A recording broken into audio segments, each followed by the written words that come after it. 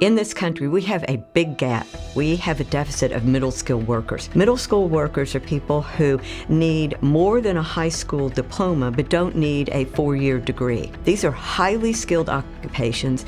You're not going to be using robots. What we're talking about is helping humans stay in these jobs. We need them in these jobs. We need more people in these jobs. But it's very intensive training, and it requires a great deal of skill. It takes a lot of time to build that skill. How can we augment what they're doing? How can we have better training? There are ways that we could streamline that training process that would help us to confront the current gap with middle skilled work. We'd like to have more gender equity in welding and in other occupations, and think about equity more broadly in all forms of work, including blue collar work.